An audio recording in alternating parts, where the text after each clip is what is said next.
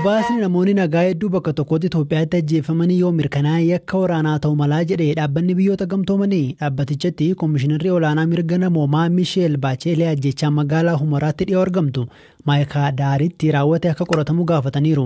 Dhaabbati mirga namoomaa Amnesty International qorannoo gaggeesse jedhan ajjechaan jumlaa tarii namoota dhibbaan lakkaa'aman wanta qara qabuun ajjeefamuu akka hin oolle ibseera. Dhaabbatichatti qorataan gaanfa Afrikaa Fissaa Taqlee waan uumamee dubbatu. ያለ መረጃ የሚያሳየው ሰኞ ሌሊት odeeffannoon qabnu akka agarsiisutti wiixata halkan magaalaa Maayikaadiraa keessatti namoonni dhibbaan lakkaa'aman meeshaalee akka aduu gajaraa fi qottoon ajjeefamuu isaaniidha. Kan ammoo kan mirkaneeffanne namoota ijaan argan hedduu dubbisuu fi viidiyoo fi suuraalee miidiyaa hawaasummaa gubbaa ba'an dhugaa ta'uu isaanii qorachuun boodadha. Namoonni ajjeefamanis namoota nagaa wal dhibdee kana keessaa harka hin qabne ta'uu isaaniis hubanneerra. Eenyu ajjechaa kana raawwatee kan jedhu guutumaan guutuutti mirkaneeffachuu hin dandeenye.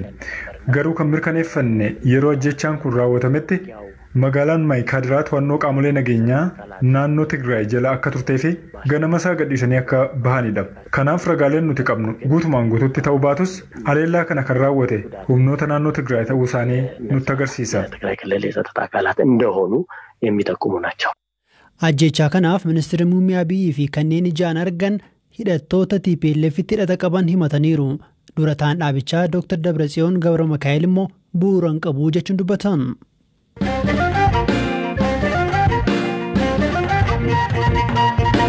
Hidhaan takazee haleelameera himannaan jedhu sobaa jedhee mootummaan federaalaa deebii kan kenne erga guyyaa kaleessaa pirezidaantii naannoo Tigraay hidhichi humnoota federaalaan rukutamuu ibsuu isaa hordofeeti.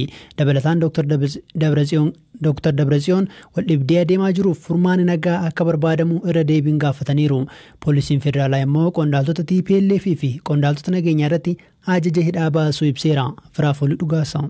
Dr. Dabratsiyoon kamisa galgala televezyiinii naannichaa gubbaa bahuun gaafa roobii haleellaa qilleensaan taasifameen buufata madda annisaa elektirikii takazee irratti haleellaan raawwateera. Kanaanis magaalonni Tigraay dukkana seenaniiru jedhanii dubbataniiru. Dhimma kanaaf deebii kan kenne giddugalli odeeffannoo labsii yeroo muddamaa tibbana hundaa'e garuu sobadhaa jedha. Akka giddugalichi jedhetti humnoonni poolisii federaalaa buufaticha eegaa turan humnoota naannichaan haleellaan irratti banamee kan lakkoobsi isaanii ammatti hin ibsamne ajjeefamuu fi 11 kan ta'an imala sa'a 14 booda Gondar galuu ibseera. Dr. Dabratsiyoon haleellaan qilleensaa lammiilee nagaallee miidhuu dubbataniiru. Garuu bakkaa fi lakkoobsa irratti waan dubbatan hin qabani. Qondaaltonni Itoophiyaa karaa lammiilee nagaa hin miineen haleellaa qilleensaa akka gaggeessan kana dura irra deddeebiin ibsaniiru. Ministeerri muummee Abiy ergaa kaleessa dabarsaniinis kanuma dubbatan. Dabalataan ministeerri muummee Abiy miseensonni raayyaa haala sukkanneessaan humnoota nageenyaa naannichaan ajjeefamuu ibsaniiru. Gama kaaniin poolisiin federaalaa kaleessa galgala hooggantoota TPLF 64 fi miseensota waraanaa 32 irratti ajaja hidhaa baasuu poolisiin ibseera.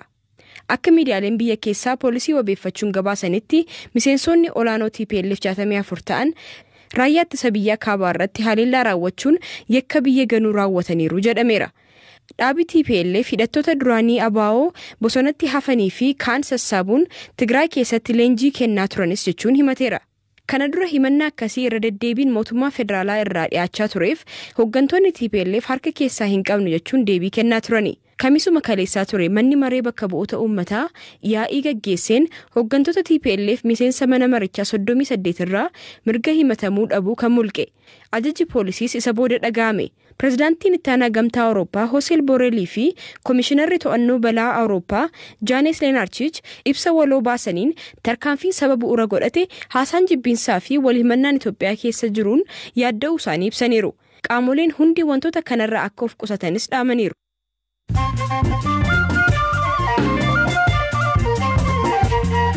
Amma mooduun gaggabaabseen isinitti himaa hooggantoonni filannoo mootummaa federaalaa Ameerikaa filannoon Ameerikaa seenaa Ameerikaa keessatti isa tasgabbaa'aadha jechuun koomii Doonaald Tiraamp filannicha irratti sagaleen hatameera jedhan kufaa godhan.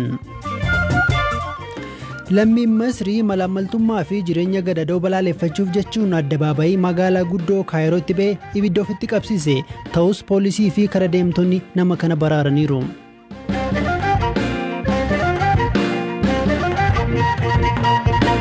Dooktar Muluu Naggaa hojii gaggeessaa olaanaa bulchiinsa yeroo naannoo Tigraay ta'uu muudaman kana kan beeksisan ministeerri muummee Abiy Ahmed Dooktar Muluun qaama bulchiinsa yeroo ta'anii hooggantoota hojii raawwachiiftuu mootummaa naannichaa filachuuf gaafatama akka qaban ibsaniiru.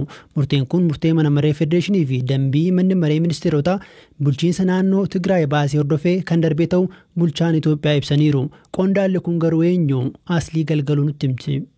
Dr. Muluu Naggaa eebla barkum 2012 eegalee ministeera deetaa ministeera saayinsii fi barnoota olaanoo ta'uun tajaajilaa ture. Duraan ammoo Yuunivarsiitii Finfinneetti hojii barsiisummaa qorannoo fi hoggansaan waggoota 18 tajaajilaa ture. Barumsi isaa digirii sadaffaallee Neezerlaandii gosa barnoota bulchiinsaa fi imaamataan Public Administration and Public Policy xumure. Akka BBC Tigiriinyaatti Dr. Muluun kanaan dura miseensa dhaabbata TPLF ture. Yeroo ammaa immoo miseensa dhaabba badhaadhinaati. Waldhabii mootummaa federaalaaf dhaabni naannicha bulchu jidduu cimee torbaan dabree waraanii ka'e. Muudaan hojii gaggeessaa olaanaa naannichaa dura seerbaastonni federaalaa murteewwan garaagaraa dabarsan. Wixinee labsii yeroo muddamaa naannoo Tigraayitti akka labsamu manni maree ministeerota dhiyeessee paarlamaan Itoophiyaa ragaasis. Labsiin kun jijaaf ture. Ergas immoo manni maree federeeshinii naannoo Tigraayitti bulchiinsi yeroo akka hundaa'u murteesse. Akkan jechuun akka mootummaa federaalatti bulchiinsi naannoo Tigraay diigamee jira. Bulchootiin naannichaa garuu kan hin morman. Dhibi qaamota kan lamaanii eegii waggoota lama dabre jira. Ammoo eegii mootummaan naannichaa ajaja federaalaa diddee filannoo fi hin gaggeessitu hammaati. Opereeshiniin mootummaa federaalaa naannoo Tigraay deemsifamaa jiru keessaa ergamii tokko qaamolee hojii raawwachiiftuu naannichaa seeraan gaafachuu. Tanaaf paarlamaan mirga himatamuu dhabuu qondaaltota irra kaasee poolisii federaalaa immoo ajaja hidhaan baasu kenna. Muudama hojii raawwachiiftuu kanarratti ibsa kan baase naannoon Tigraay adeemsichi abjuudhaa jedheera. Mirgii fi injifannoon wareegamaan mirkaneessine eenyu kan kennus kan dhawwatus miti jechuun deebise.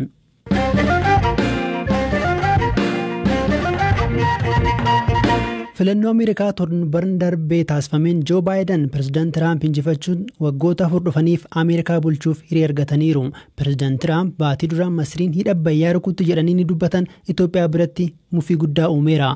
Hojii gaggeessaa olaanaa waajjira teeknikaa baha Abbayyaa kan ta'an obbo Faqqaa Ahmad Nagaash Itoophiyaafis ta'e marii biyyoonni sadii taasisaniif filatamuun Baayiden oolmaa guddaadha jedhaniiru. Pireezidaant Tiraamp pireezidaantoota Ameerikaa keessaa adda jiranii waan isaan dubbataniif waan isaan hundi waan akka qabu miti. Pireezidaant Tiraamp ka'uun isaa biyyi Ameerikaa marii biyyoonni kun gochuu jirtu iddoo akka hin seenne waan go'uuf hoo seenanis immoo hundumaa walqixxee'an akka ilaalan waan jara qarqaaruuf biyyootiin dhiyootee karaa marii dhufuu yookiin karaa waliigaliitti dhufuu waan jiru waan hin qabu. Sudaanis karaatti akka deebitu hin beekama. Maaliif Itoophiyaa wajjin mari'an hojjete talay mangistiin Tiraamp deeme waan kana dhiistee akka duriitti Itoophiyaa wajjin karaa hojjechuutti kan deebitu natti fakkaata. Baayiden Tiraamp irraatii ilaalcha adda ta'e qabaatu jettaniitti yaaddu? Tiraamp poolitikanyaa moti, dippiloomaatiis moti. Baayiden poolitikanyaa waggaa 40 caalaa poolitikaa keessaan turanii. Kanarraan Baayiden pireezidaant Obaamaa wajjin waggaa 8 wajjin hojjetanii. Kanaaf jecha biyya Afrikaa kanallee dambumatti beeku. Dippiloomaasiis hin beeku, poolitikaas hin beeku. Kana jecha isaan waan akkanaatti hin seenan jedhee amantiin qabu. Hoo itti seenan illee biyyoota sadanuu walqixxeetti ilaalanii kara jarri waliin gariitti kara itti dhufan go'u malee akka biyya tokko bichaa qarqaranii kaan irratti dhiibbaa go'u waan hin qabu.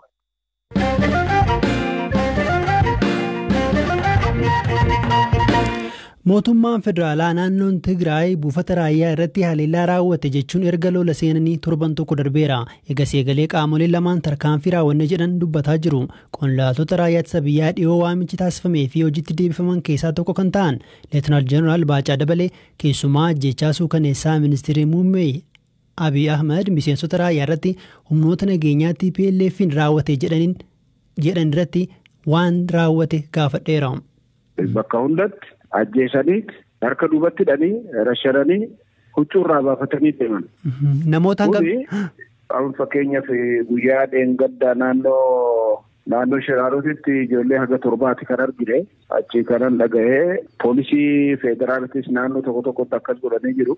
Nutu argaa dhabe malee bakka isaan nama keenya qabanitti bakka hunda akkas godhan. Waraana keenya bakka qabanitti hunda. Ajajaan itti aanaa kan Izii kaaba ammeessa jiru odeeffannoo isin qabdaniin. Inni aga ammaatitti bakkee jiru hin beekamu ammoo lolee wareegamuun yaada jedhu qaba. Kun properly ilaalamuu qaba maatii isaaniitiif gaarii miti. Jeneraalli tokko callisee akka hin kennatu keessattuu namni akkasaa.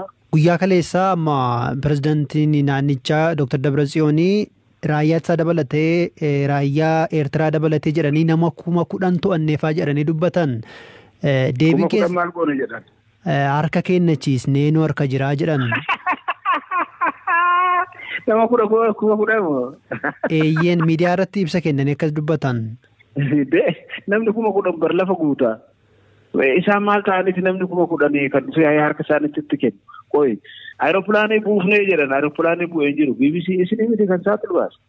Kanaaf asirshii namni 10,000 isatti harka kan kennu maagineettiidhaan harkisee moo lolaan boojee har'a. Ibsa yeroo kennitanii haliillaa raayyaa irratti yeroo raawwate jedhanii hidhattoonni abaa'oo shanee jettanii harka keessa qooda fudhatan dubbattan. Wanni sun ragaan keessan maali? Ijoollee Oromooti waraana keenya keessa kan jirtu. Ijoollee afaan Oromoo dandeessu kan waraana keenya kan keessa jirtu. Alaabaa abaa'ooti kan beekamu. Asitti leenjisanii bar nama 3,000 kan abaa'oodha. 3,000 leenjisuu isaanii beekna. Kun riippoortii kana qabna. Sana booddee lola hundarrattu intiraan isaanii adda, rifeensi isaanii adda, dubbii isaanii warri ijoolleen naannoo abaa'oo shaneedha. Lola san keessa akka turan riippoortii nu dhiyeessan. Bakka adda addaatti beekitu. Bakka tokkotti miti. Gabaasa sin dhaqqabeetu akkas jedha jechuudha. Yeessaan nan qoradhee bara ijoollee lola san keessa jirtu wajjin taa'ee qoradhee kana jedhan isaan. 3,000 leenjisan jettan eessatti dhagaa kun? Maqaleen bare Tigraay waggaa lamaan kana hin leenjisuu hin ergu. Warri amma naannoo Moyyaaleetti Wallagga keessatti mootummaa hojii wal qabaa jiran kun eessaa dhufan? Eenyutu leenjisee Moyyaaleetti leenjise? Kan ijaares Moyyaaleedha. Kan leenjisuu isaanii. Raayyaan quban qabu kana dursee dhaabuu hin danda'u akka dirqama qabutti. Quba gabaateedhaaf akkas godhe gaafa. Kanaaf mootummaan hin beeka karaa nagaatiin hiikuudhaaf kan obsaa ture. Ammaas deebi'anii nuti lolan kaasne yoo jedhanii haa orradi waan kana akkamitti amanuu dandeessu. Lola nuti hin jalqabne hin maraanne. Lola proogiraama keenya hin jalqabne malee hin jalqabne. Silaa nuti lola jalqabnee hagarraan turru bara. Torban tokko miti torban tokkoon turru. Tole kabiraa immoo lixaa fi kibba Oromiyaatti miseensonni raayyaa ittisa biyyaa turanii amma kachi ba'an jiraatonni nutti himan kun lola naannoo Tigraay keessa deemaa jiru wal qabataa? Sochoosanii jiru akka gaariitti. Yoo socho'u immoo yoo barbaachisaa ta'e as dhufaa yookaan immoo bakka biraatti si ramadama. Ammaa fi bakka itti ramadamu eenyu keessatti ramadamu kan jedhu beeku malee hojiinis kan jalqabame amma egaa waan kun jalqabame miti duraan jalqabame waan ta'eef. Kanaa wajjiniin waan dhagaameef waa'ee Tigraay kanaa wajjiniin walitti qabataa jettee akka gaafattu godhe malee kun durumaan.